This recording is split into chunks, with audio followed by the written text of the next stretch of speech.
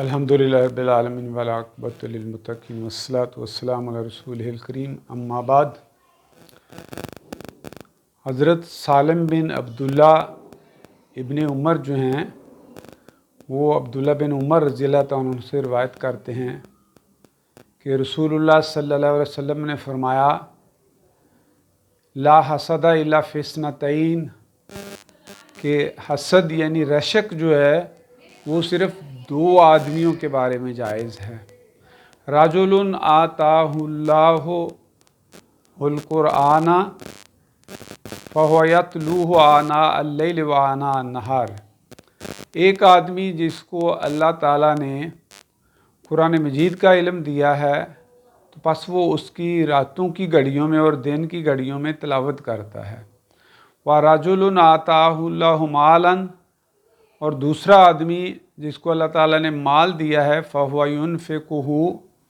آنَاءَ اللَّيْلِ وَآنَاءَ النَّهَارِ، اور وہ اس کو راتوں اور دن کی گھڑیوں میں خرچ کرتا ہے۔ اس روایت کو امام بخاری نے حدیث نمبر 7529 کے تحت ذکر کیا ہے۔ تو اس حدیث میں رسول اللہ صلی اللہ علیہ وسلم نے کسی بھی قسم کے شخص سے رشک کرنا جو ہے اس کو ممنوع قرار دیا ہے۔ صرف دو آدمی ایسے ہیں کہ جن کے بارے میں رشک کیا جا سکتا ہے۔ یاد رہے کہ حسد جو ہے وہ کسی کے بارے میں جائز نہیں ہے۔ حسد کے بارے آتا ہے کہ وہ رسول اللہ صلی اللہ علیہ وسلم نے فرمایا کہ نیکیوں کو اس طرح کھا جاتا ہے جس طرح آگ جو ہے وہ لکڑیوں کو جلا کر بھسم کر دیتی ہے، تو اسی طرح حسد کرنے والی کی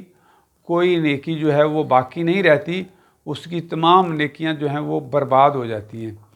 اسی لیے حسد جو ہے اس کی شر سے بھی بچنے کے لیے ایک سورہ فلق جو ہے اس میں ذکر کیا گیا ہے، وَمِن شَرِّ حَاسِدٍ إِذَا حَسَدَ، کہ حاسد جو ہے اس کی شر سے بھی میں اللہ کی پناہ چاہتا ہوں۔ تو حسد جو ہے وہ بہت بڑی برائیوں کا دروازہ کھول دیتا ہے، اور سب سے پہلا جو حسد کے ذریعے قتل کیا گیا تھا وہ قابیل نے حابیل کو قتل کیا تھا، اور اس سے پہلے شیطان جو ہے اس نے آدم علیہ السلام سے حسد کی بنا پر سجدے سے انکار کیا اور وہ مردود بن گیا۔ تو اس لیے حسد تو کسی کے بارے میں بھی جائز نہیں ہے، اسی طرح رشک بھی کسی کے بارے میں جائز نہیں ہے، صرف دو آدمیوں کے بارے۔ ایک تو جس کو اللہ تعالیٰ نے قرآن سکھایا ہے تو وہ اس کی رات اور دن کی گھڑیوں میں تلاوت کرتا ہے، تو صرف اس کے بارے رشک کیا جا سکتا ہے کہ یا اللہ جس طرح تو نے اس کو قرآن سکھایا ہے اور یہ اس کی راتوں کی گھڑیوں اور دن کی گھڑیوں میں تلاوت کرتا ہے، تو مجھے بھی اس طرح قرآن سکھا دے تاکہ میں بھی قرآن کی رات اور دن کی گھڑیوں میں تلاوت کروں۔ اور اسی طرح دوسرا آدمی جو ہے جس کے بارے رشک کیا جا سکتا ہے وہ ہے جس کو اللہ نے وافر مال دیا ہے تو پھر وہ اس کو اللہ کے راستے میں خرچ کرتا ہے، یعنی وہ صدقہ کرتا ہے، یعنی وہ اعلانیہ بھی صدقہ کرتا ہے لیکن رات کو چھپ چھپ کر بھی صدقہ کرتا ہے۔ صدقے کے بارے اللہ تعالیٰ نے فرمایا کہ اگر تم صدقات کو ظاہر کرو تو یہ بھی اچھی بات ہے، لیکن اگر تم اس کو چھپاؤ اور تم اس کو فقراء کو دے دو تو یہ بہتر ہے۔ تو حضرت ابو ہریرہ رضی اللہ تعالیٰ عنہ کی روایت ہے جس میں وہ رسول اللہ صلی اللہ علیہ وسلم کا قول نقل کرتے ہیں کہ آپ صلی اللہ علیہ وسلم نے فرمایا کہ قیامت کے دن اللہ تعالیٰ 7 قسم کے لوگوں کو